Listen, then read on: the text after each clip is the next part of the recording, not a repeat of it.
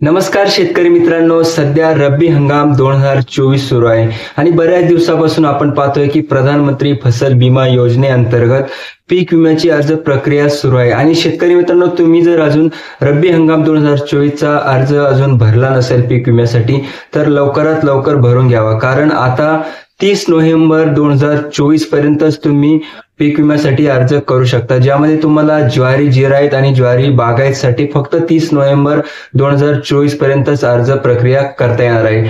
त्याचप्रमाणे तुमचं जे काही उन्हाळी कांदा असेल किंवा गहू असेल किंवा हरभरा असेल यासाठी तुम्ही 15 डिसेंबर 2024 पर्यंत अर्ज प्रक्रिया करू शकतात।